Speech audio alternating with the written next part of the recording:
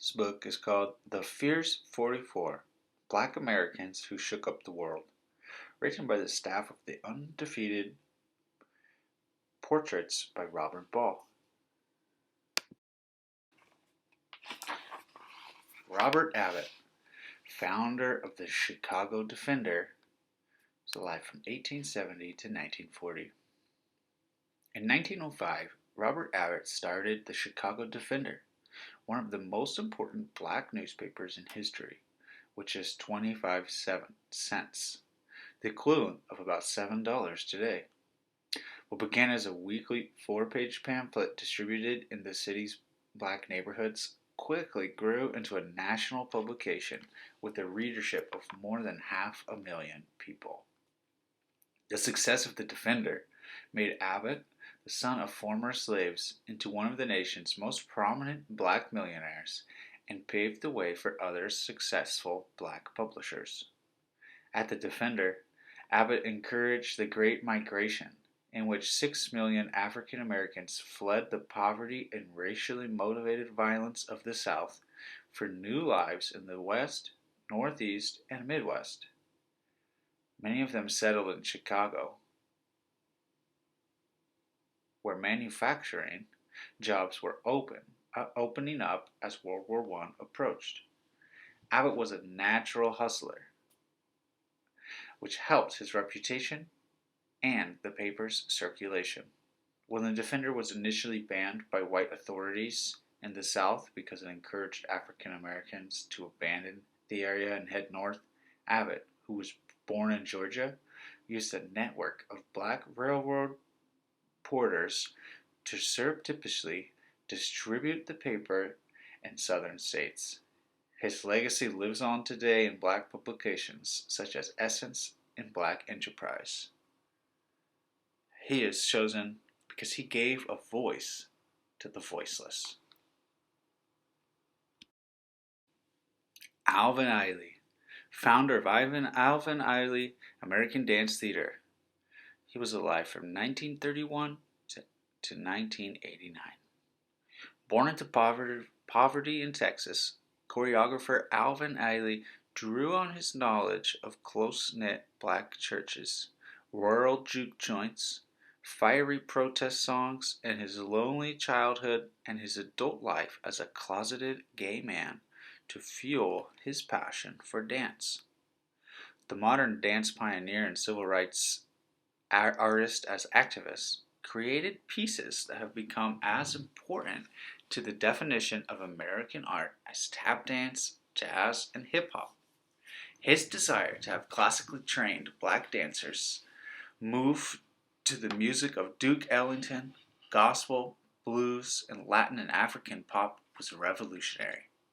Ailey explored issues of social justice, racism, and spirituality in the African American experience through his art. After years of dancing on Broadway, he started his own company in 1958 at the height of the civil rights movement.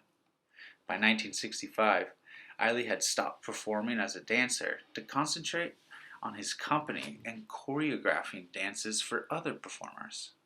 He created 79 ballets over the course of his career. Revelations, which premiered in 1960, is Ailey's most celebrated work. The Up From Slavery dance narrative finds beauty in the midst of tragedy and pain, celebrates black folks' resilience and humanity, and allows hope to overcome tribulation. Even after Ailey's death from an AIDS-related illness in 1989, the company and school have continued to be the premier spot for emerging black choreographers. The Alvin Ailey American Dance Theater is still one of the most popular dance companies, touring internationally and performed in dozens of countries on 6 of the 7 continents. He was chosen because he brought the beauty of black bodies to the fight for justice. Muhammad Ali, a boxer and activist, alive from 1942 to 2016. Muhammad Ali, who loudly proclaimed himself both pretty and the greatest boxer of all time, set the standard for social activism by athletes. He was named Cassius Clay when he was born in Louisville, Kentucky, and he started boxing at the age of 12 after someone stole his bike. At 18, Clay had won an Olympic gold medal. A short 4 years later, he beat the heavily favored Sonny Liston to become the world heavyweight champion. The next day, Clay showed the world that he was more than a great boxer, announcing that he was joining the Nation of Islam and getting rid of his slave name. He would now be known as Muhammad Ali. At the time, black athletes were expected to be credits to the race by being modest and dignified and staying quiet about issues affecting the country. Ali rejected all of that. He was nicknamed the Louisville Lip, mocking opponents and often forecasting his victory in rhyme. He became a Muslim in a predominantly Christian country, and at a time when fighting for civil rights meant pushing for integration, Ali joined a religious group that preached racial separation. Ali also questioned Americans' participation in the Vietnam War and refused to be drafted into the army. He was stripped of his boxing titles and put on trial for evading the draft. Ali eventually won his case after appealing it all the way to the Supreme Court. But for more than 3 years, no one would pay him to fight. After his trial, Ali went on to win the world heavyweight title for an unprecedented third time in a bout against undefeated heavyweight champion George Foreman in the Rumble in the Jumble in Kenesha, Zaire. Ali, at age 32, was the underdog, but with an eighth round knockout, he reclaimed the title that had been taken from him years earlier because of his opposition to the war. A lifelong social activist and philanthropist, Ali received many honors for his humanitarian work, including the Presidential Medal of Freedom. He is written about because he was the greatest, just like he said he was. Richard Allen, founder of the African Methodist Episcopal Church. He was alive from 1760 to 1831. Born into slavery in 1760 in Philadelphia, Negro Richard struck a deal in 1780 to buy his freedom and that of his brother a few years later. Richard Allen, the name he chose as a freedman, discovered religion after hearing a Methodist preacher at a secret gathering of slaves in Delaware. But white Methodists didn't want to pray with blacks, so Allen, his wife Sarah, and others started the Bethel AME Church on July 29, 1794, in a converted blacksmith shop in Philadelphia. Allen was the church's pastor. It was the beginnings of the country's first independent black denomination, which now has more than 6,000 churches with about 3 million members. Recognizing that former slaves and freedmen needed education, Allen opened up a day school for black children and a night school for adults, as well as created church groups to care for the poor. Many of his sermons and published articles attacked slavery and criticized groups that wanted to send blacks back to Africa. Both Allen's family home and Bethel AME were stops on the Underground Railroad, which gave shelter and aid to slaves escaping from southern border states. He's been written about because God doesn't segregate, but humans do. Maya Angelou, writer and activist from 1928 to 2014. Maya Angelou lived a life just as remarkable as the poetry and prose she crafted. She experienced a traumatic childhood marked by sexual abuse and violence, and at one point stopped speaking for 5 years. During this time, she memorized poetry, rearranging cadences and reciting Shakespearean sonnets in her head. With the help of a teacher, Angelou was able to speak again. She used literature to help her recover from trauma, but she got pregnant at 16. She found work as San Francisco's first African American female cable car conductor and took many different jobs to support her family. Later, she joined the Harlem Writers Guild and, with the help from fellow author James Baldwin, went on to write I Know Why the Caged Bird Sings, the first and will become a 7-volume, best-selling autobiographical series. Nearly a decade later, Angelou finished And Still I Rise, a poetry collection that remains one of the most important works. Her writing earned her many awards, including 3 Grammys and the Presidential Medal of Freedom. Angelou was also a fearless civil rights activist, serving as coordinator for Martin Luther King Jr.'s Southern Christian Leadership Conference and working with Malcolm X to establish the Organization of Afro-American Unity. Life tried hard to break Angelou, but in the face of it all, she rose. She was written about because she rose to greatness despite cruel hardships. Ella Baker, civil rights activist from 1903 to 1986. Ella Baker's grandmother, a former slave, used to tell her a story about being threatened with a whipping for refusing to marry a man whom her owner's wife had selected for her. That story helped fuel Baker's lifelong quest for justice for her people. She became one of the most important behind-the-scenes organizers in the civil rights movement. In the 1940s, Baker worked at the National Association for the Advancement of Colored People, NAACP, helping to convince black people, that the United States could and should exist without discrimination based on race. In 1957, she moved to Atlanta to help Martin Luther King Jr. form the SCLC, organizing protests and running a voter registration campaign called the Crusade for Citizenship. But Baker grew frustrated with the leadership style of men at the top of the organization who didn't know how to deal with a strong woman.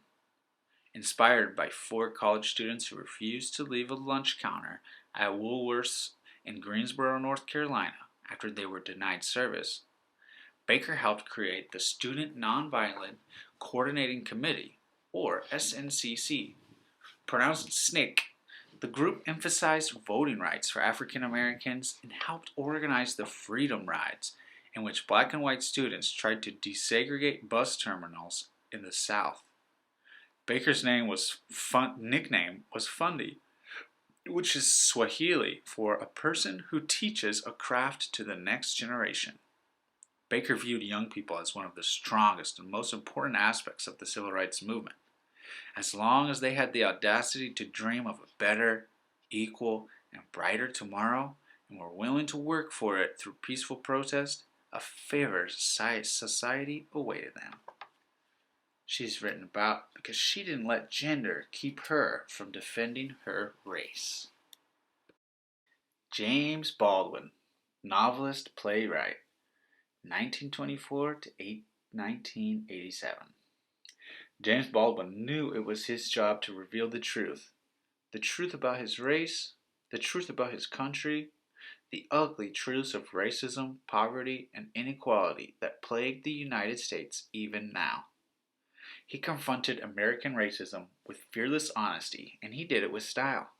His brilliant prose, combined with his own experience with the best and worst of the black life around him, the joy, the blues, the sermons, the spirituals, and the bitter sting of discrimination.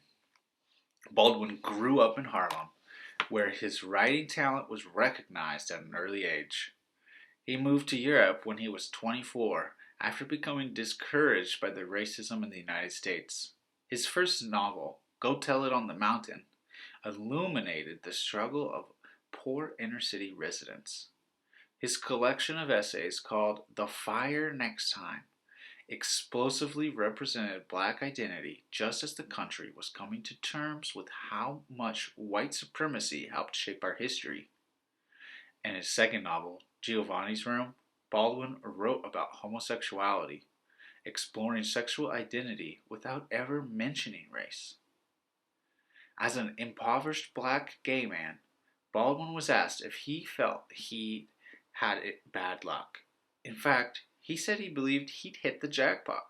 His identity helped to create his work, and his writing represented every individual whose access to American civil liberties was hampered by race, gender, sexuality, or poverty. Baldwin unapologetically asked the nation to see its true self through the beauty of its most marginalized people. He was chosen to be written about because he embraced the responsibility to be a voice of his nation. Jean-Michel Basquiat, an artist from 1960 to 1988. 8 short years. That's how long it took Jean-Michel Basquiat to secure his legacy as a great artist. He died at the age of 27 from a drug overdose, leaving behind paintings, drawings, and notebooks, many of which explored American punk and hip-hop, the urban plight of African Americans, jazz, and the nature of fame during the 1980s. Born to a Haitian father and Puerto Rican mother, Basquiat dropped out of high school and started doing graffiti art on New York City's Lower East Side. He was handsome, fashionable, and famously eccentric. The drawing and Basquiat's best-known pieces may look primitive, but the images are complex and sophisticated. While his worldview was undeniably black, urban, and hyper-masculine, his bold technique featuring splashes of paint was influenced by modern abstract masters Jackson Pollock and Cy Twombly. But there is also a connection to early 20th century African American greats such as Romare Bearden and Jacob Lawrence. As influential as Basquiat is, most of his work is privately owned and few museums have any of his best-known pieces. His paintings attract stratospheric prices when they are put up for auction. In 2017, Basquiat's 1982 Untitled painting sold for $110.5 million, a record high for any American painter, making him the most successful African American painter in history. Celebrities collect his work. An entire generation of hip-hop artists, Kanye West, Jay-Z, Lil Wayne, Killer Mike, Rick Ross, and J. Cole, have name-checked Basquiat. In other words, legendary dopeness and enigmatic brilliance never go out of style. Mary McLeod Bethune, civil rights activist and educator, from 1875 to 1955. Though she was able-bodied, Mary McLeod Bethune carried a cane because she said it gave her swank. An educator, civil rights leader, and advisor to 4 U.S. presidents, the First Lady of Struggle has been synonymous with black uplift since the early 20th century. She turned her faith, her passion for racial progress, and her organizational and fundraising savvy into the enduring legacies of Bethune-Cookman University and the National Council of Negro Women. Bethune, the 15th of 17 children, her parents, former slaves, grew up in rural South Carolina and started working in the fields as a young girl. She hoped to become a missionary in Africa after attending seminaries in North Carolina and Illinois, but was told black missionaries were unwelcome. So she turned to educating her people at home, founding the Daytona Literary and Industrial Training School for Negro Girls in 1904 with $1.50 and a handful of students. The school later merged with the Cookman Institute, a school for African American boys. Bethune served as president, one of the few female college presidents in the nation at the time, and also became president of the National Association of Colored Women. A decade later, Bethune founded the influential National Council of Negro Women.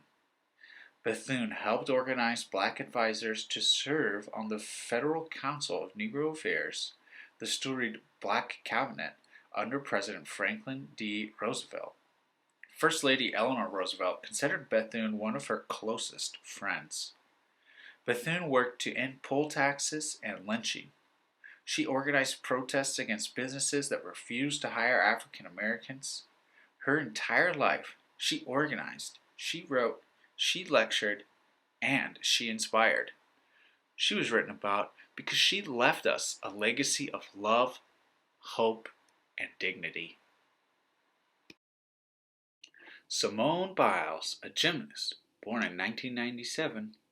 Simone Arian Biles, born in Columbus, Ohio, and raised outside of Houston, Texas, was 6 when an impromptu field trip changed her life. She and her classmates were at a local gymnastics center where a coach noticed that Biles just couldn't stand still and was bouncing all over the mats. Biles' family signed her up for classes, and her boundless energy, amazing physicality, and acrobatic bravery took flight. Biles, who stands 4 feet 8 inches tall, began competing internationally in 2013. Later that year, she became only the 7th American and first African American to win the World All-Around Gymnastics title. But she was just getting started. Biles is the first woman to win 3 consecutive World All-Around titles, and in the 2016 Rio de Janeiro Olympics, she won gold medals in the vault, floor exercise, individual all-around, and team all-around competition. She invented 2 moves, one in the floor exercise and another in the vault, that are named after her. Her routines are so difficult that she almost fell off balance beam and still won a bronze medal in Rio. Biles' accomplishments are even more remarkable because of her childhood. When her birth mother was unable to care for her, Biles and her siblings spent years in foster care before her grandfather and his wife adopted her and her little sister Adria. Biles now advocates on behalf of foster children and says being a part of a family helped her feel like she mattered. So did finding her passion for gymnastics. Her twisting, high-flying precision moves, including ones that didn't exist before she made them up, have led many gymnastics judges and fans to consider her the best athlete in the history of the sport. She was chosen because the most dominant gymnast ever is still inventing new moves.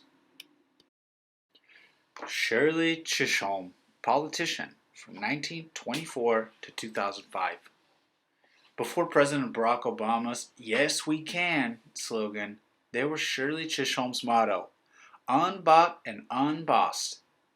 In 1972, 36 years before Obama was elected the first black president, Chisholm was the first black candidate for a major party's nomination for president. The campaign that made her a pathbreaker for women, too.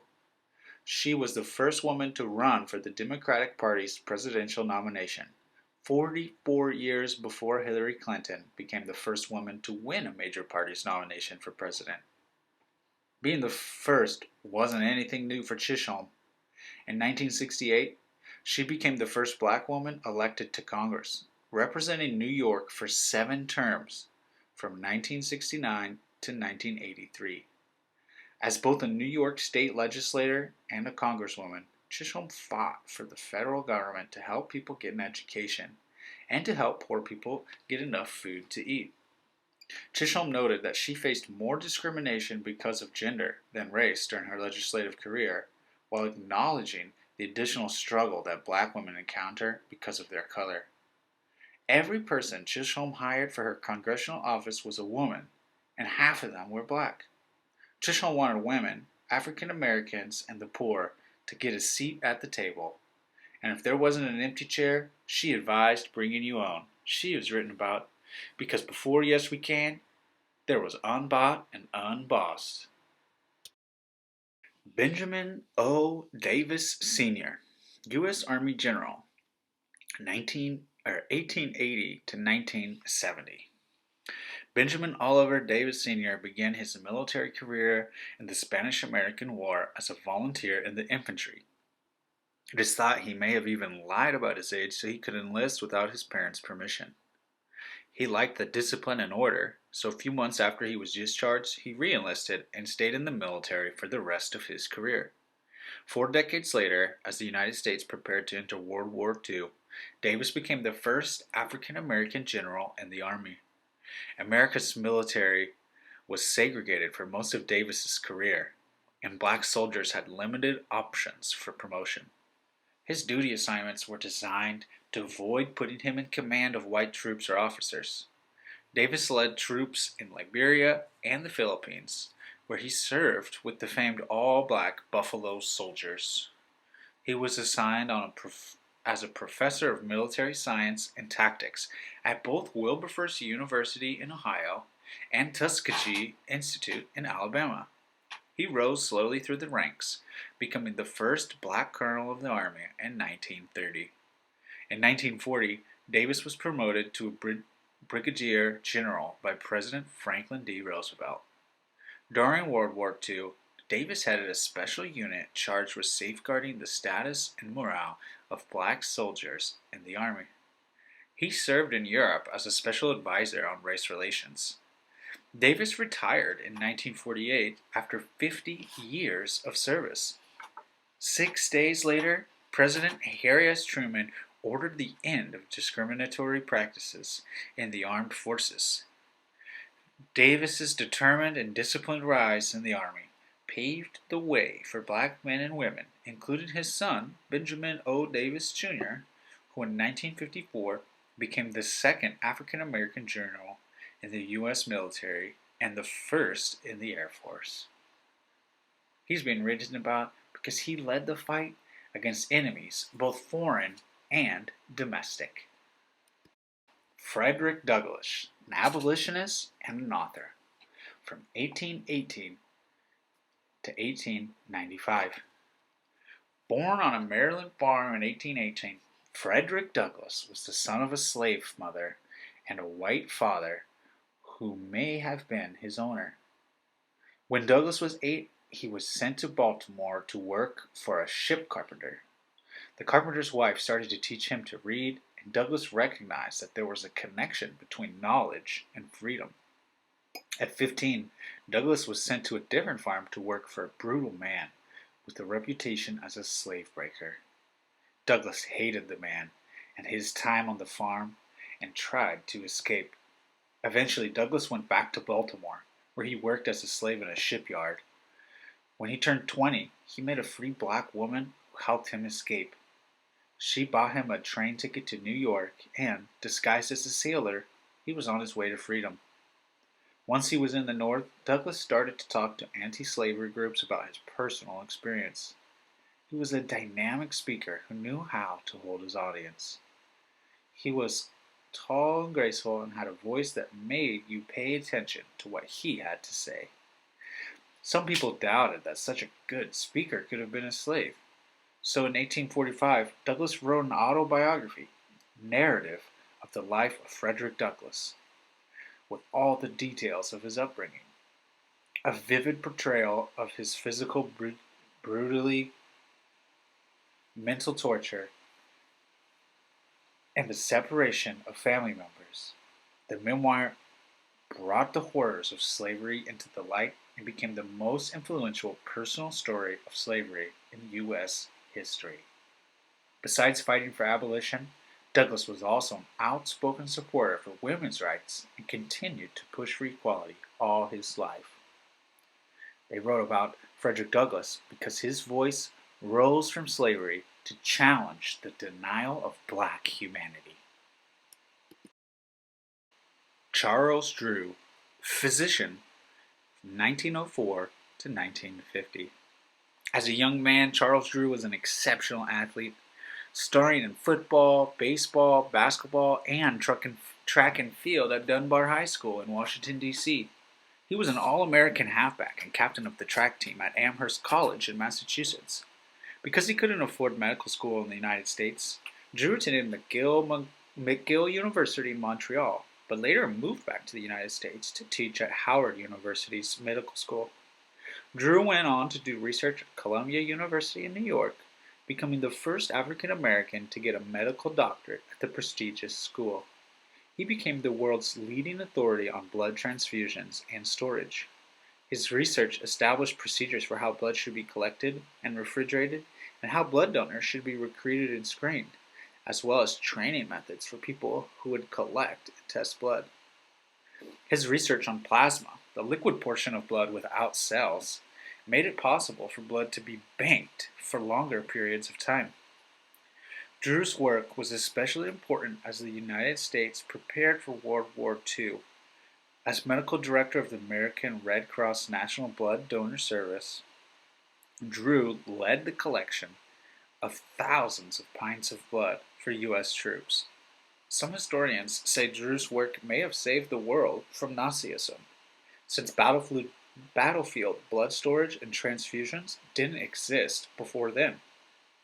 When the U.S. military ruled that blood of African Americans would be segregated and not used on white troops, even though blood has no racial characteristics, Drew was outraged and resigned from the Red Cross.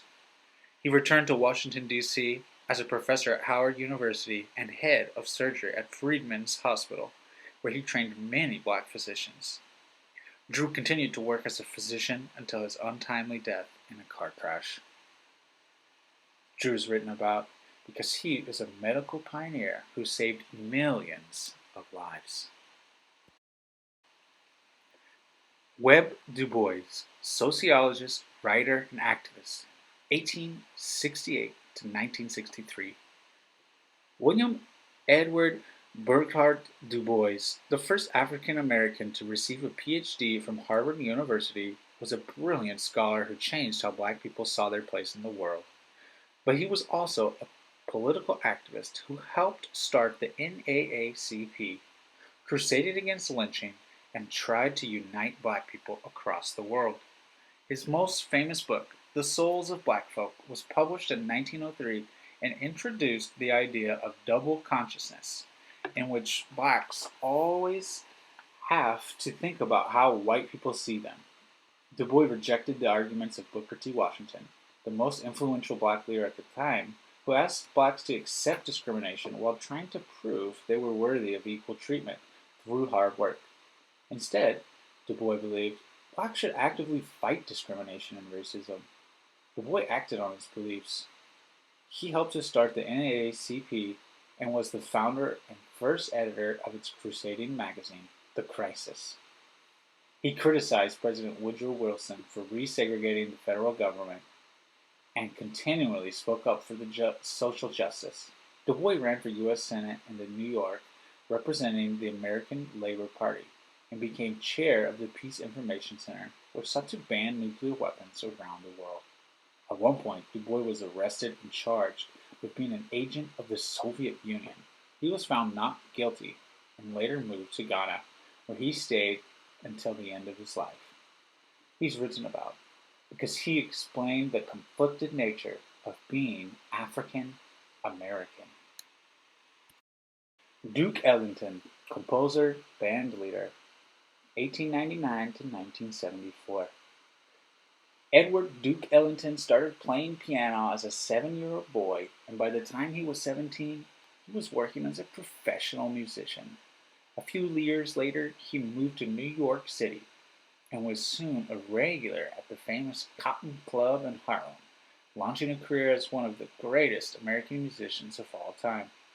Just as soul music and Motown provided the soundtrack for the 1960s civil rights movement, big band swing music furnished the score of the Harlem Renaissance of the 1920s.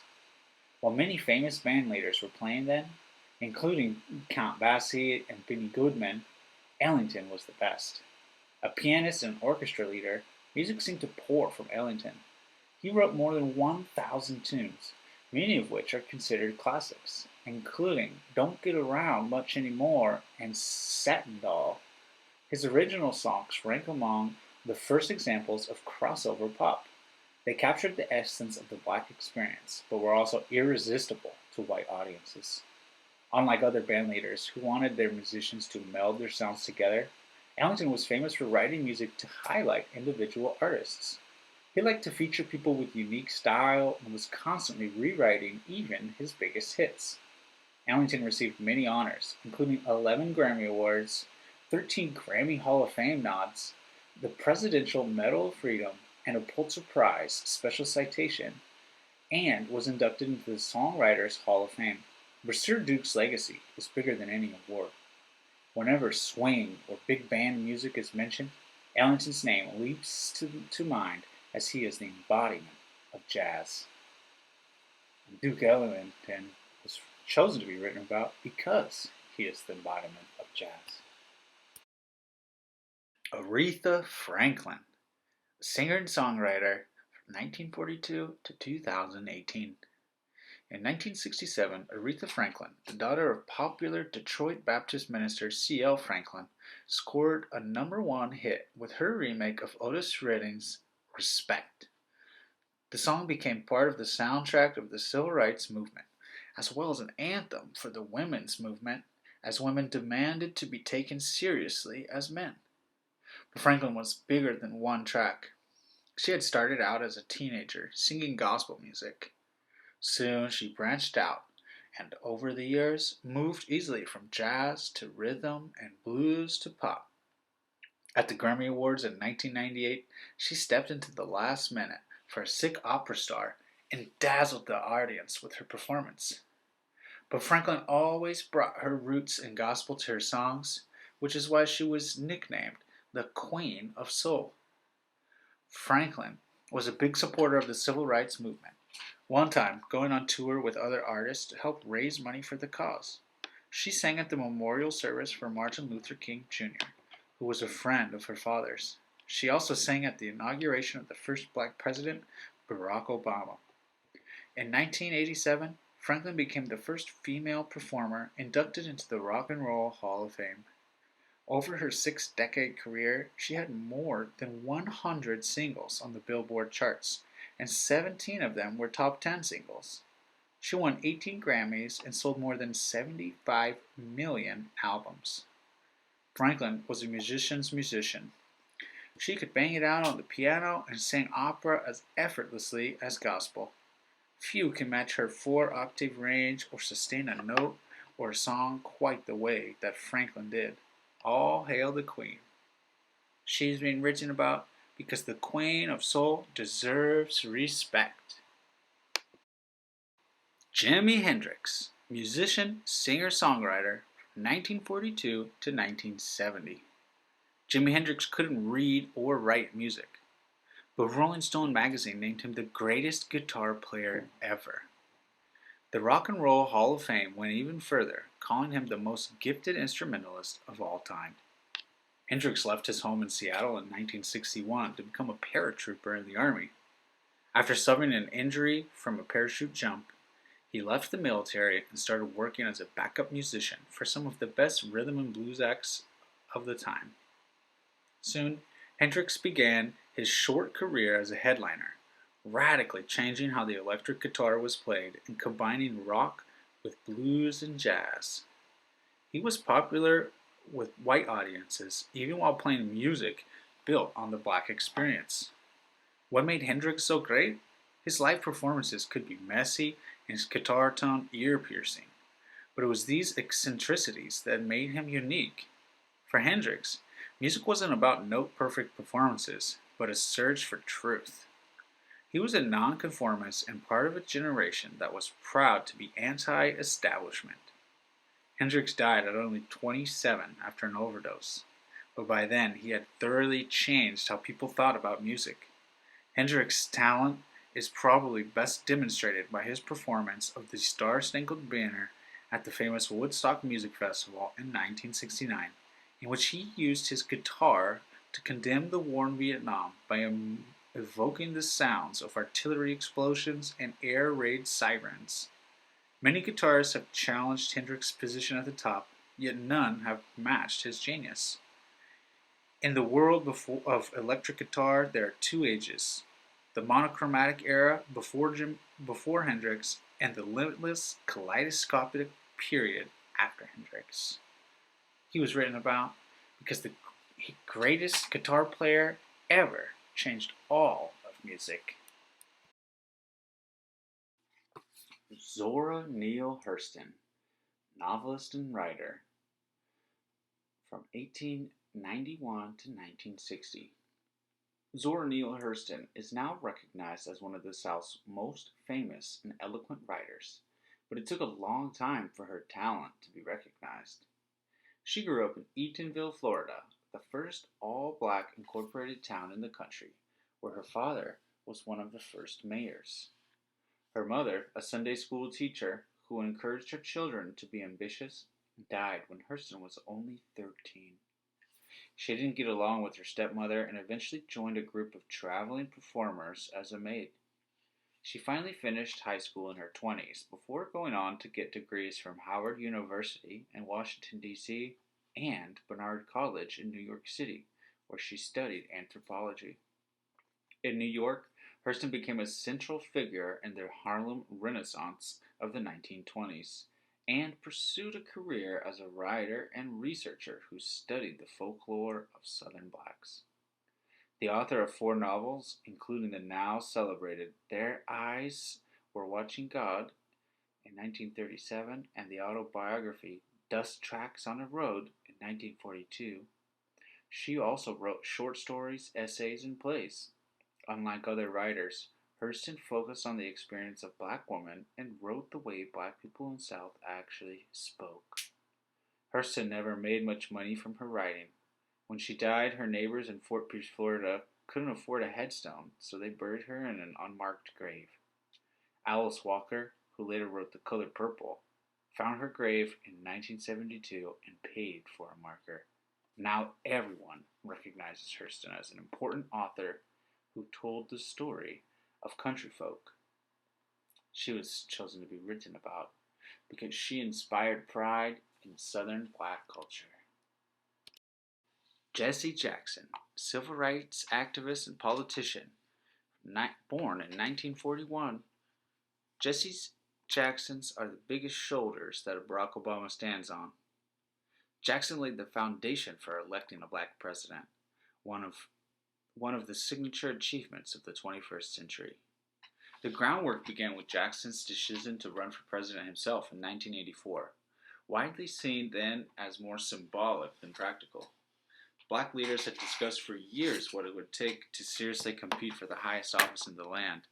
After Harold Washington was elected Chicago's first black mayor in 1983, and with concern mounting about the negative impact of Ronald Reagan's presidency on black Americans, some thought it was time. Jackson was one of the greatest political orators in American history.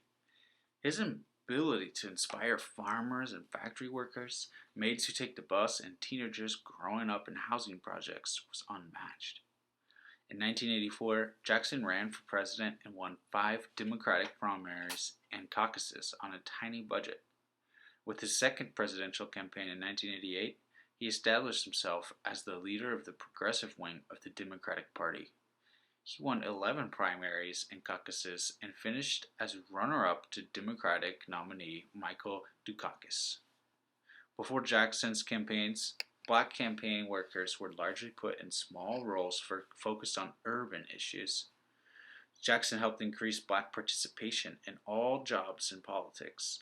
The result was more field operatives, strategists, and fundraisers, and candidates for a wider range of offices than ever before. He deserves credit for his civil rights activism in the Deep South, and later on Wall Street and in Silicon Valley.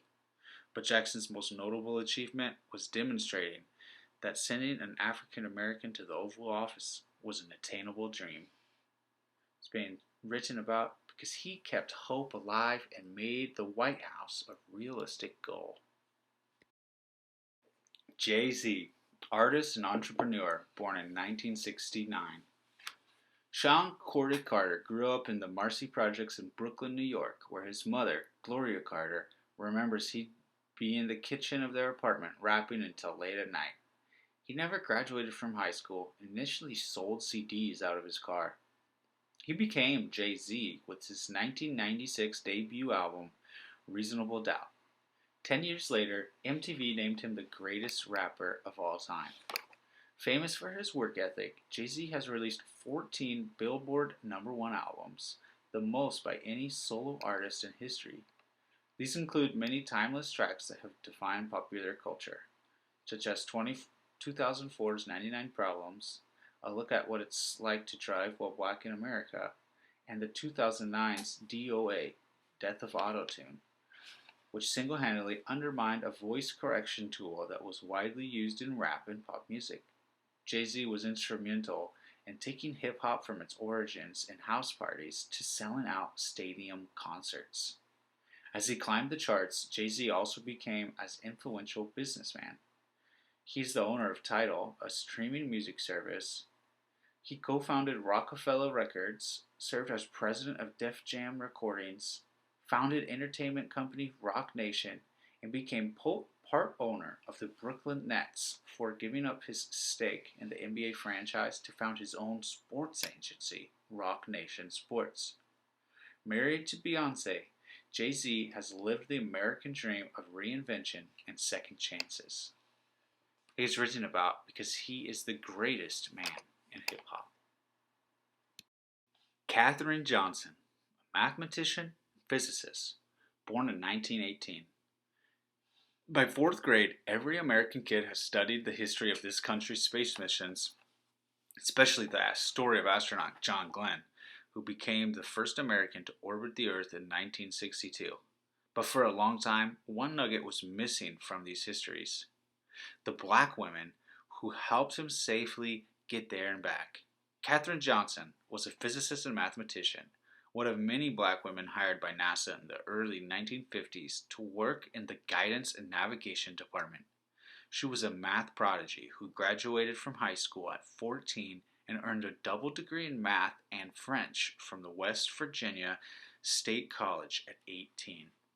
And she helped to integrate the graduate school at West Virginia University, where she was one of 3 black students and the only black woman. At NASA, Johnson was plucked from a pool of women working on math calculations to work with an all-male flight research team. Besides her work on Glenn's famous flight, she helped launch the use of computers at the space agency and helped calculate the orbit for the 1969 Apollo 11 flight to the moon. Johnson co-authored 26 scientific papers in her career at NASA. In 2015, then-President Barack Obama awarded Johnson the Presidential Medal of Freedom for her pioneering work, and the next year her story was told in a grand Hollywood fashion in the movie Hidden Figures. Tashiri P. Henson played the role of Johnson and brought to life a story that many of us never knew existed. She's written about because she provided the math to put Americans to space. Quincy Jones, music producer, songwriter, and activist, born in 1933. Many words can be used to describe Quincy Jones, but let's start with innovator. Others that work: producer, writer, arranger, composer, and humanitarian. He has had an impact on music and popular culture for 6 decades, helping make some of the best-selling albums of all time. Jones is responsible for a number of firsts in music, movies, and television, and has paved a way for other African Americans in the entertainment industry. In 1967, Jones became the first black composer to be nominated for 2 Academy Awards within the same year. In 1971, he was the first black musical director and conductor of the Oscars show. In 1995, Jones was the first black person to receive the Jean Herschel Humanitarian Award for the Academy of Motion Picture Arts and Sciences. Jones has earned 79 Grammy nominations, has collected 27 Grammys, and was honored with the Grammy Legend Award in 1991. He produced all 3 of Michael Jackson's iconic albums, Off the Wall, Bad, and Thriller, the last of which sold more than 33 million copies in the United States alone. In 1985, Jones sealed his reputation as a humanitarian by gathering more than 3 dozen of the biggest names in music in one studio to record the song We Are the World. The song raised money for famine relief in Africa and is one of the highest-selling singles of all time. Jones's influence extends across many media. In 1993, he founded Vibe magazine, an entertainment publication that gave urban Gen Xers a periodical that reflected themselves.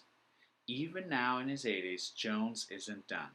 He's been working on subscription service for vinyl records and collaborating on a new brand of headphones. You need to hear about him because he is producing the soundtrack of our lives. Michael Jordan, basketball player, NBA team owner, born in 1963. In 1978, Michael Jordan was a sophomore in high school and didn't get picked for the varsity basketball team. That setback helped create a ruthless competitor who went on to become one of the most dominant athletes in any sport.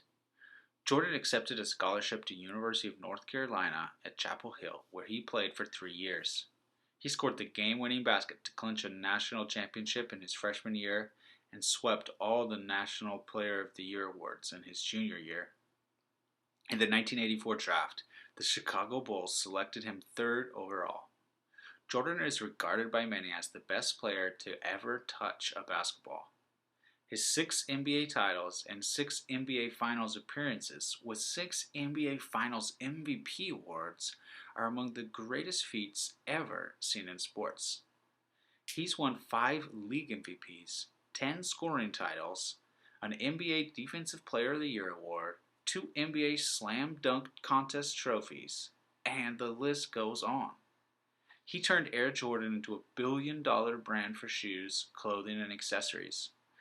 Jordan left basketball at the peak of his playing career to play minor league baseball. When that didn't go well, he announced his return to the NBA with a 2-word fax that read, "I'm back," and went on to win 3 more championships.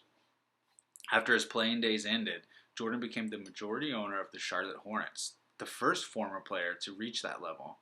And in 2016, in a rare public statement on social justice, he said he could no longer stay silent about the killings of African Americans and targeting of police officers, making a $2 million donation to help address the problem. Ruthless, relentless, and peerless. That's the Jordan way. We're hearing about him because he may be the best player ever to touch a basketball. Martin Luther King Jr., civil rights activist, Baptist minister, from 1929 to 1968. In April 1963, Martin Luther King Jr. sat in a jail cell in Birmingham, Alabama. He had been arrested for leading marches and sit-ins to protest racial segregation and was troubled when a group of white ministers criticized their protest. King responded to them with the famous letter from a Birmingham jail. In this letter, originally written on scraps of paper, he described the racial and economic apartheid facing blacks in the United States. He tried to encourage the people who worried that the fight against segregation would never succeed, and he dismissed those who thought good behavior was more important than justice.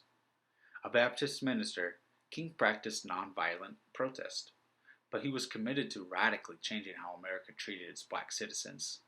Later that year, King helped organize the March on Washington, which brought 250,000 protesters to Washington, D.C., demanding equality for all Americans.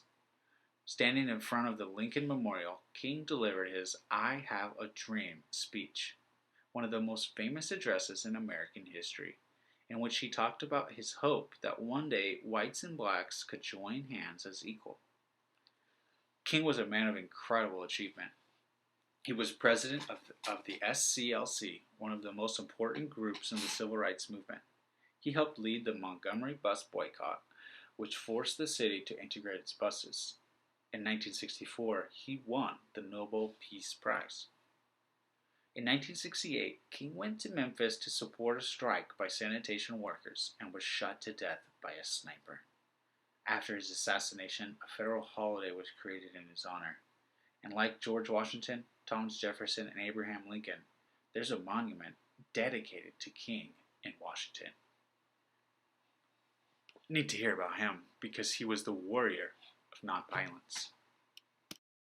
Henrietta Lacks, Hela Cell Line, 1920 to 1951. Henrietta Lacks was an accidental pioneer of modern-day medicine. She was 31 and had 5 children when she was diagnosed with cervical cancer. Just months before her death, Doctors at Johns Hopkins Hospital in Baltimore took pieces of tissue from her cancerous tumor without consent. Lacks was not a slave, but parts of her cancerous tumor represent the first isolated human cells ever bought and sold. Her cells, known among scientists as HeLa, were unusual in that they could rapidly reproduce and stay alive long enough to undergo multiple tests. Descendants of Lacks cells live in laboratories across the world and are worth billions of dollars. They played an important part in developing the polio vaccine, cloning, gene mapping, and vitro fertilization. The HeLa cell line has been used to develop drugs for treating herpes, leukemia, influenza, and Parkinson's disease. The cells have been influential in the study of cancer, lactose digestion, sexually transmitted diseases, and appendicitis. While scientists knew her name, for many years her own family did not know how her cells were being used or that billions of dollars had been made because of those experiments. It wasn't until a writer named Rebecca Skloot started a book about Lacks and the HeLa cell line that the public learned what had happened and how little her husband and children knew about her legacy. Her cells are saving lives today, but no doctor can be proud of how Lacks was treated. We need to hear about her because she was the subject of a medical experiment that is still saving lives today. Malcolm X, civil rights activist and minister from 1925 to 1965. Malcolm X was the American dream, whether America wanted him to be or not. He overcame drug addiction and a life of crime to become one of the country's foremost civil rights leaders and a champion of black pride. Born Malcolm Little, he converted to Islam while serving a 7-year prison sentence for burglary.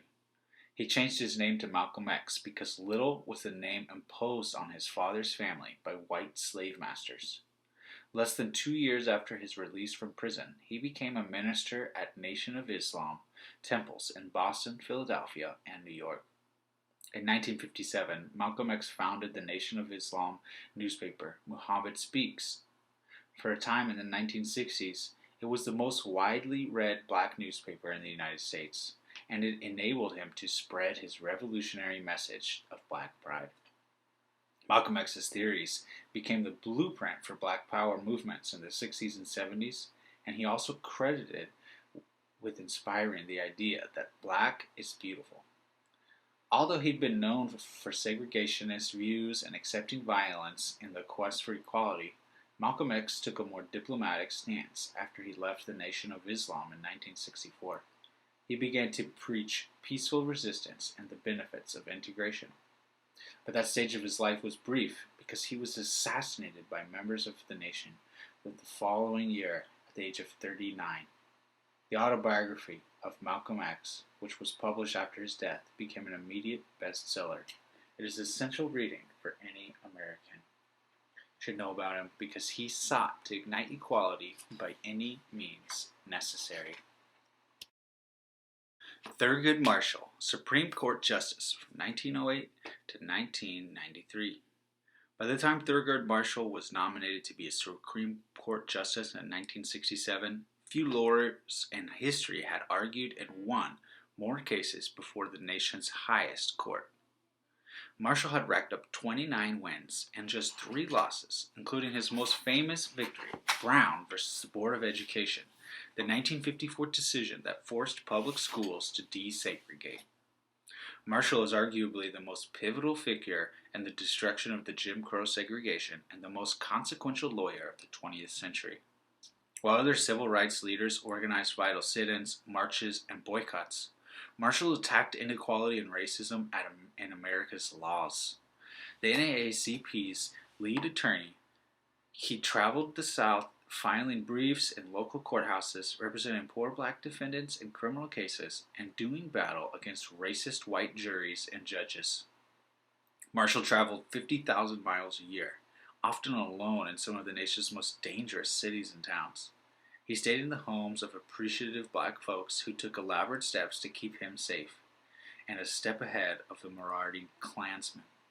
He managed to maintain his strength amid daily death threats, sipping bourbon and telling stories. He feared no one, including his colleagues on the Supreme Court, with whom he occasionally clashed during his 24 years there, and was a tireless fighter for justice. It was fitting that Marshall was called Mr. Civil Rights. Across the South, when innocent men were jailed or families were forced to flee from homes destroyed by the Klan, people comforted themselves with two words: Thurgood's coming.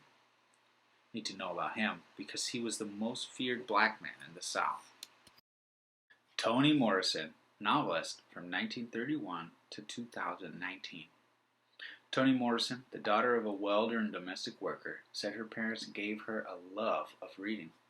She grew up to be one of the greatest writers in history and was the first African American to win the Nobel Prize in Literature. Morrison taught English to college students for several years before moving to New York, where she worked as one of the few black women at the upper levels of a book publishing company.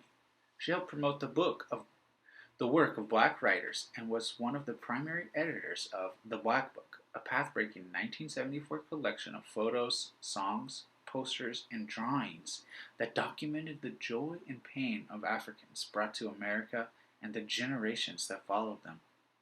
Morrison also wrote her own novels, which told the stories of African American characters, especially women, struggling to find their way in a racist society. In her first novel, The Bluest Eye, was about a dark-skinned girl who thought her life would be better if she could have blue eyes.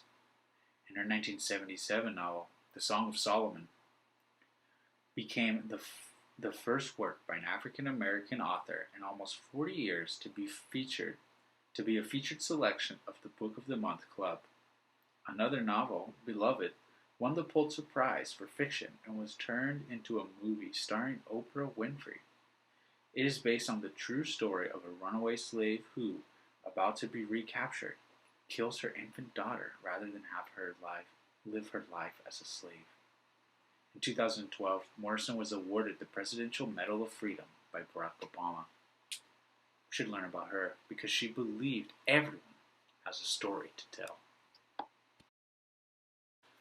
Barack Obama, 44th President of the United States, born in 1961. Barack Hussein Obama's stride into history has been as confident as it has been unlikely.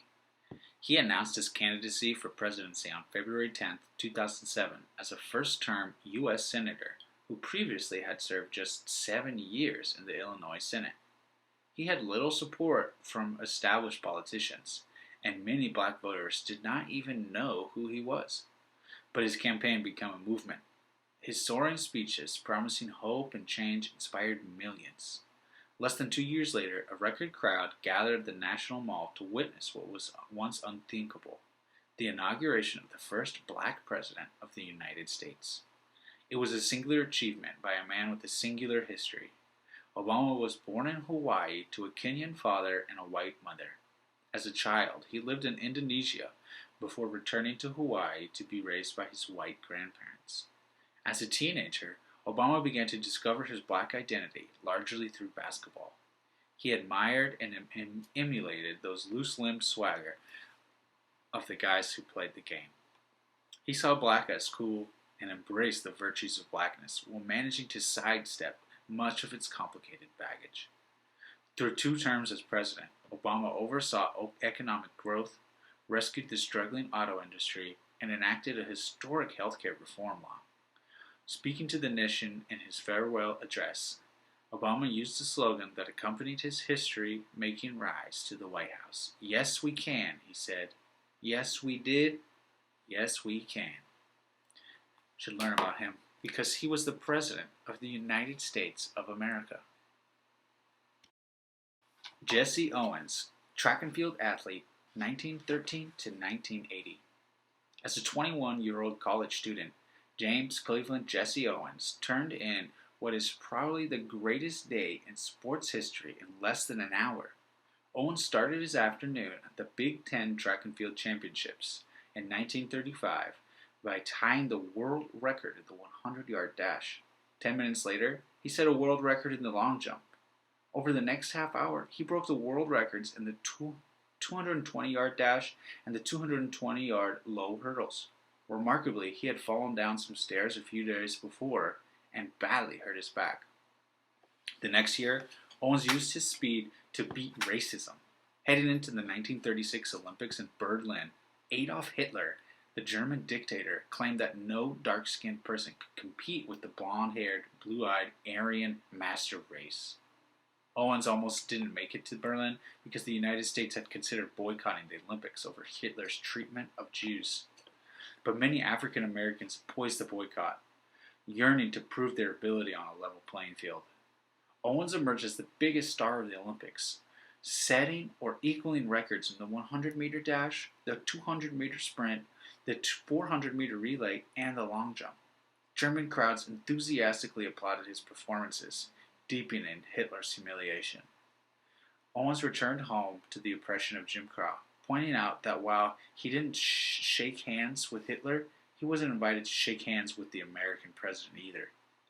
Lacking a college degree, forced through back doors and the backs of buses, Owens subsisted on low-paying jobs such as pumping gas and demeaning public appearances such as racing against horses. Still, Owens' victories not only shattered the myth of white athletic superiority, but also established a black man as a hero for America and one of the greatest athletes of all time. You can hear about him because he was the athlete who humiliated Hitler. Gordon Parks, photographer, director, 1912 to 2006. Born in Fort Scott, Kansas, Gordon Parks brought his first camera at a pawn shop and taught himself how to use it. He made a name for himself while working at the Farm Security Administration, a government agency that was fighting rural poverty.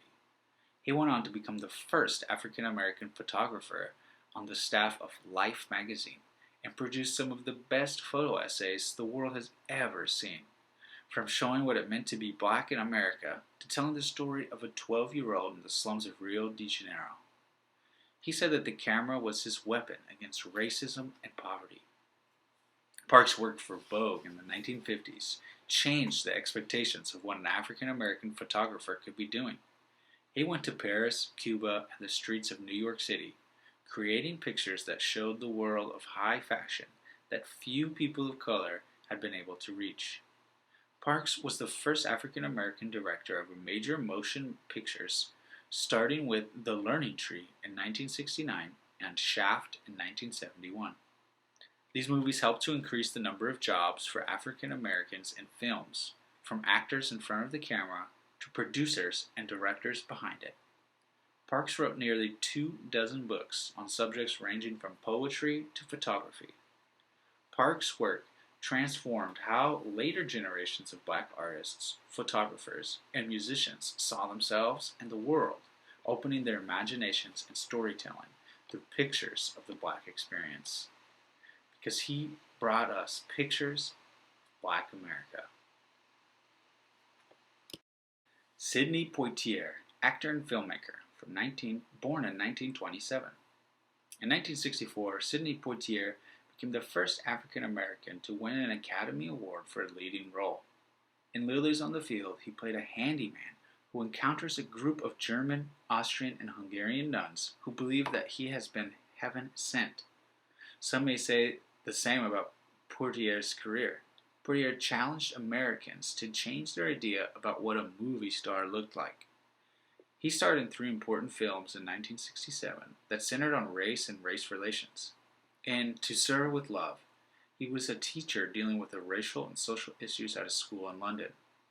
In The Heat of Night, introduced a black detective who was investigating a murder in a small southern town. And Guess Who's Coming to Dinner addressed interracial relationships in the same year that the Supreme Court overturned a Virginia law that prohibited blacks and whites from marrying each other. Although he was born in Miami, Poitier grew up in his parents' native Bahamas. After a brief stint with the U.S. Army during World War II, he joined the influential American Negro Theater in Harlem, and soon afterwards started to appear in movies. Poitier understood the importance of having someone who looked like him step behind the camera too. He directed several important movies for black folks. including Uptown Saturday Night and Let's Do It Again, both of which he also starred in, and the comedy Stir Crazy, which featured the ebony and ivory pairing of Richard Pryor and Gene Wilder. Among his many honors, Poitier was awarded the Presidential Medal of Freedom by Barack Obama. You can learn about him because he ushered in the modern black leading man. Richard Pryor, comedian from 1940 to 2005. Richard Pryor had a tough time growing up, including being abandoned by his mother. Searching for relief, he would often go to the movies. Little did he know that years later he would be appearing in them. After a stint in the Army, Pryor started singing in small clubs near his home in Peoria, Illinois. But he soon discovered that people would rather hear him tell jokes. He began performing in comedy clubs, and before too long, he was doing appearances in some of the biggest television shows of the time. Despite his success, he began to feel that his act wasn't authentic, and he changed it in a way that influenced every comedian that came after him. Pryor started to tell humorous but honest stories about himself and the poor and struggling people he knew from his childhood. He cursed a lot, just like real people do, and he wasn't afraid to make fun of white people. His comedy was full of truth that black folks usually said in private. Pryor would talk about his problems with drugs and relationships. Later, when he suffered from multiple sclerosis, he told jokes about that too. His comedy was rooted in pain, but audiences recognized the truth in it. Pryor starred in 2 of his own television shows and a number of movies, including several comedies. Over the course of his career, he won an Emmy, 5 Grammys, and the first Mark Twain Prize for American Humor from the Kennedy Center, perhaps the biggest honor for a career in comedy. Learn about him because his comedy reflected America's racial pain and confusion. Jackie Robinson, baseball player and civil rights activist, 1919 to 1972. On April 15, 1947, Jackie Robinson played first base for the Brooklyn Dodgers in a home game against the Boston Braves. He was the first African American to take the field in the big leagues in the modern era, and that day not only changed baseball, but helped change the country too. Robinson was a terrific player. That first year he led the league in stolen bases and won the inaugural Rookie of the Year award. In his 10 years in the major leagues, he was named to 6 All-Star teams and led Brooklyn to its only World Series title in 1955.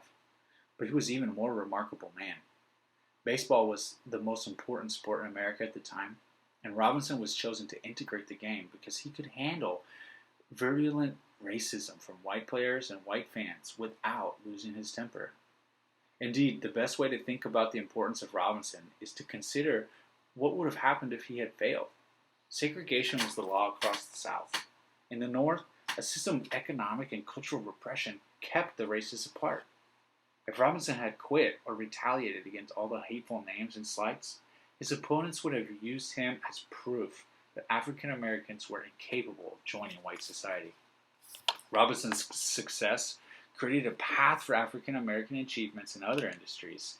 Baseball integrated even before the military.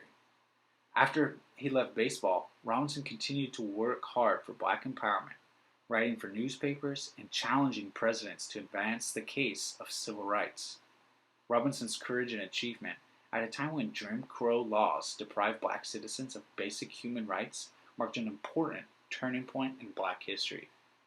It's written about because he was the man who knocked Jim Crow out of the park. Sojourner Truth, abolitionist and activist, from 1797 to 1883. Sojourner Truth is most famous for her words she may never have spoken. A traveling preacher who advocated for women's rights and abolition, Truth gave a speech at the Women's Rights Convention in Akron, Ohio in 1851 calling for equal treatment for black women. "That man over there says that women need to be helped into carriages and lifted over ditches and to have the best place everywhere. Nobody ever helps me into carriages or over mud puddles or gives me any best place. And ain't I a woman?" The message was powerful, but it's unlikely the words are exact. They came from a version published years after the event using a stereotypical Southern dialect. Truth, however, grew up in New York, and Dutch was her first language. Regardless, Truth was famous.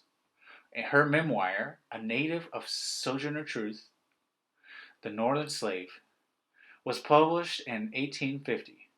She toured and spoke before large crowds. She was the ninth child in an enslaved family and escaped as an adult with her own infant daughter. Born Isabella Baumfree, she gave herself the name Sojourner Truth after becoming a Methodist. During the Civil War, she helped recruit black troops for the Union Army, which granted her the opportunity to speak with President Abraham Lincoln. Truth died in 1883 at her home in Battle Creek, Michigan. 4 decades later, the constitutional amendment extending the vote to women was ratified.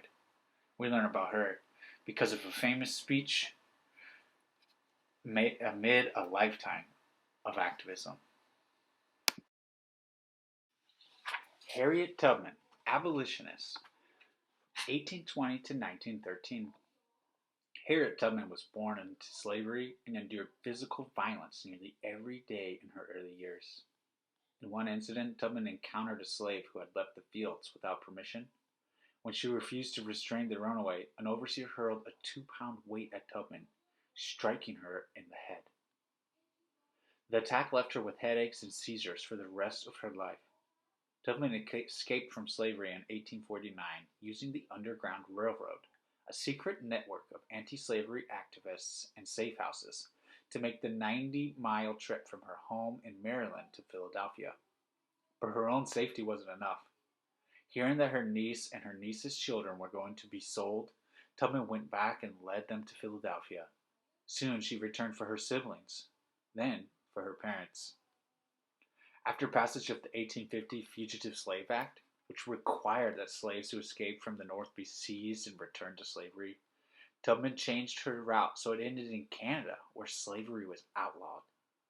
Even though there was a bounty for her capture, she made at least 19 trips and led hundreds of people to freedom. During the Civil War, Tubman became a nurse and spy for the Union government. She tended to the sick and wounded, caring for soldiers both black and white. After the war, Tubman was active in the women's suffrage movement and is now considered an American icon. She's written about because she was a conductor on the Underground Railroad. Madame C.J. Walker, entrepreneur and activist, 1867 to 1919. Sarah Breedlove, the poor washerwoman who would become millionaire entrepreneur Madame C.J. Walker, was trying to cure dandruff and banish her bald spots when she mixed her first batch of petroleum and medical sulfur. But what began as a solution to a pesky personal problem quickly became a means to a greater end. With the sale of each 2-ounce tin of Madame C.J. Walker's wonderful hair grower, she discovered that her most powerful gift was motivating other women. As she traveled throughout the United States, the Caribbean, and Central America, teaching her Walker system and training sales agents, she shared her personal story, her birth on the same plantation where her parents had been enslaved, her struggles as a young widow, her desperate poverty. If she could transform herself, so could they. In place of wash tubs and cotton fields, Walker offered women beauty, education, financial freedom, and confidence. The more money Walker made, the more generous she became, donating to her local black YMCA in Indianapolis and the NAACP's anti-lynching fund, establishing college scholarships, and paying for lessons for young black musicians.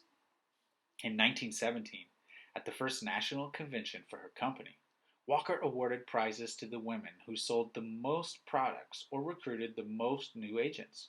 More important, Walker honored the delegates whose local clubs had contributed the most to charity. Walker urged President Woodrow Wilson to support legislation that would make lynching a federal crime.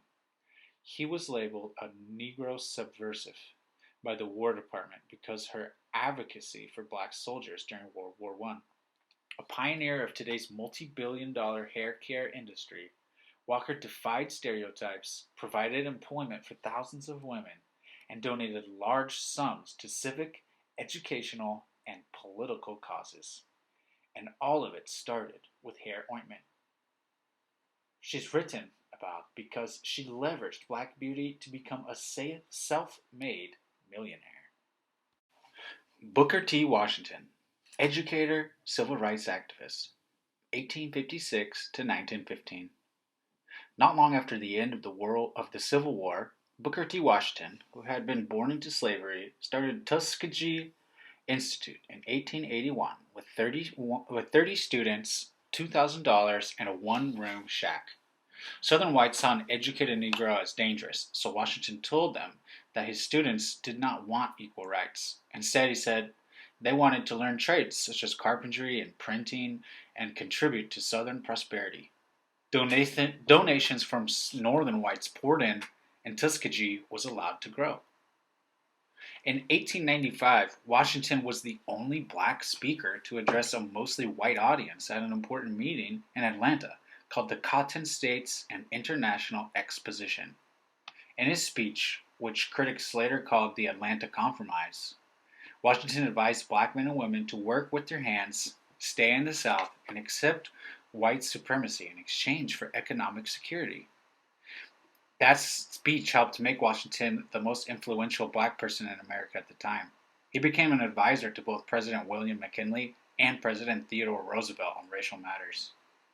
Washington lectured around the country, helped start the National Negro Business League, and published a best-selling autobiography.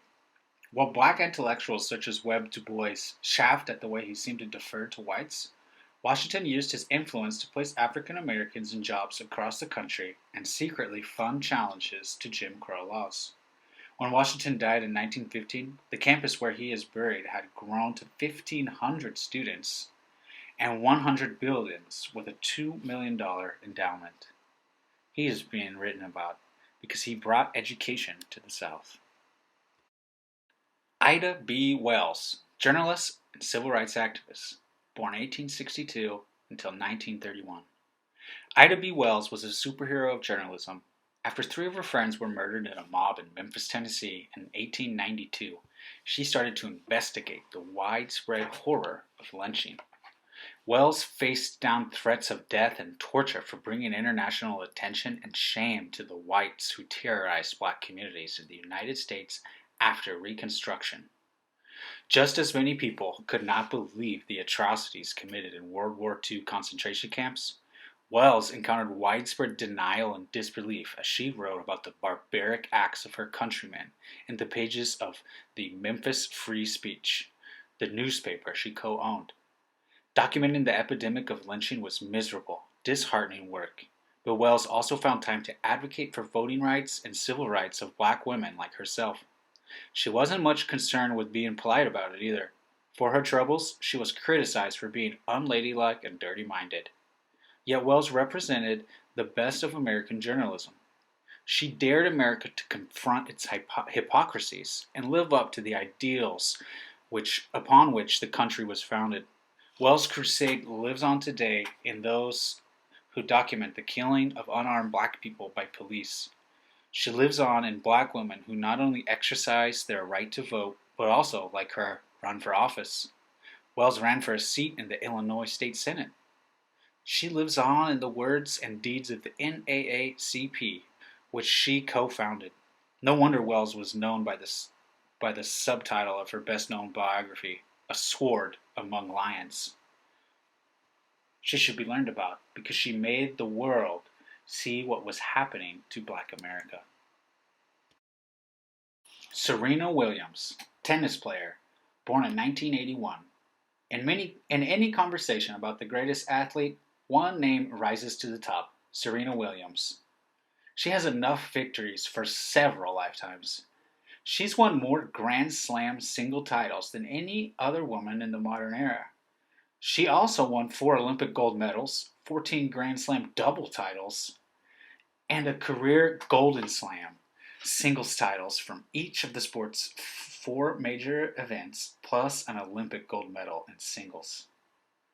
Williams is the youngest of 5 daughters. Her father, a former sharecropper from Louisiana, learned from books and videos how to coach Serena and her older sister Venus. The Williams sisters had daily 2-hour practices on a concrete court, avoiding potholes and often practicing without nets. Growing up in Compton, California meant being a fighter and developing a tough skin, which would characterize their game on and off the court. Williams transcended tennis, a historically white sport, by being herself, with incredible strength, dedication, and an energetic style of play. What makes Williams' career so remarkable is her spirit to rise above criticism of her appearance, game, and body and still be the best year after year. Whether she's serving tennis balls, designing affordable fashion, or teaming up with Beyonce in music videos, Williams' resume solidifies her place among sports all-time greats. She's written about because she's simply the best. August Wilson, playwright, born in 1945, passed away in 2005. Playwright August Wilson made it his life's work to document, explain, and validate the everyday lives of African Americans. Between 1984, when Ma Rainey's Black Bottom premiered, and 2005, when he died at age 60, Wilson produced what he called the American Century style. It consisted of one play for every decade of the 20th century, a trajectory that went from the aftermath of slavery through the Great Migration and the Civil Rights Movement to the dawn of gentrification. Wilson's body of work stands as one of the greatest in the history of dramatic literature. He won 2 Pulitzer Prizes and multiple Tony and New York Drama Critics Circle Awards. Raised in Pittsburgh, Wilson set nearly all his work in his home neighborhood of the Hill District. It was only when he moved to largely white St. Paul, Minnesota in his 30s that he began to fully hear and channel the spoken word poetry of the musicians, preachers, gamblers, jitney drivers, and sanitation workers among whom he had lived. With the American Century cycle, Wilson transmuted their voices into art for the ages. He's written about because he is America's Shakespeare. Oprah Winfrey, media mogul and philanthropist, born in 1954. When the Oprah Winfrey Show started broadcasting nationally in 1986, it turned television, especially the daytime talk show, into something new. For starters, she had gotten into the television business only 10 years earlier. The Mississippi-born Winfrey wouldn't have been let anywhere near the set. She wasn't white, blonde, thin, or male. Winfrey's superhero talent was getting people to really like her and relate to her. The way she confessed her own weaknesses made self-help feel modern and chic. She didn't inspire just black people. Women of all races eagerly joined her movements to live your best life, which was the title of one of her books. Winfrey used her position as host of one of the longest-running daytime talk shows in television history to become a multimedia phenomenon. She's the owner of a cable TV network. She's a movie actress and Broadway musical producer. She started a book club that made instant bestsellers. She's helped launch the careers of numerous television hosts and self-help gurus, including Dr. Phil, Ayanna Van Zandt, Dr. Oz, Suze Orman, Nate Berkus, Rachel Ray, Bob Greene, and Gayle King. Since the debut of O, the Oprah magazine, in April 2000, she's been on the cover of every issue, making her one of the most influential cover models in magazine publishing history. Her early endorsement of Barack Obama helped him win the Democratic Party nomination for president. She's the first African-American female billionaire. Her generosity, especially for educational endeavors, is legendary. Winfrey funded a girls-only private school in South Africa and scholarships for hundreds of students at Morehouse College. In 2011, she won an Academy Award for her international humanitarian efforts.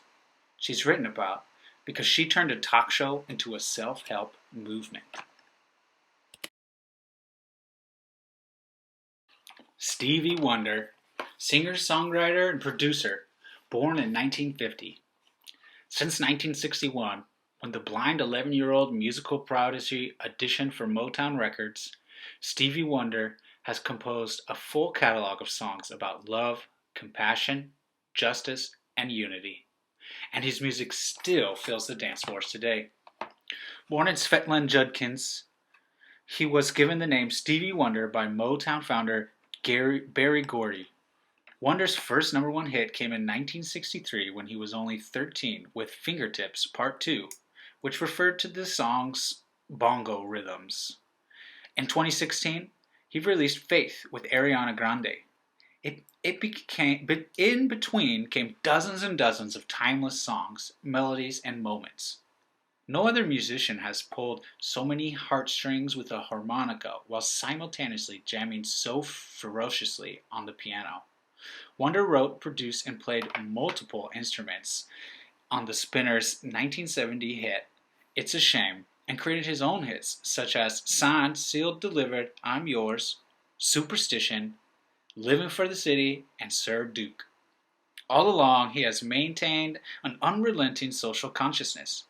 Some stars flitted in and out of the struggle, but Wonder remained, writing about the problems facing those on the bottom, like his song You Haven't Done Nothing, a stringing rebuke of President Richard Nixon. His 1966 cover of Bob Dylan's Blowin' in the Wind became an anthem of the civil rights movement. And his version of Happy Birthday helped persuade America to accept a holiday honoring Martin Luther King Jr. And always, with Wonder, black love was nurturing and empowering, a continuous source of validation and strength. Half a century later, in an era when most black music superstars dwell on earthly obsessions, Wonder continues to elevate us to higher ground. He should be learned about because nobody has uplifted more spirits.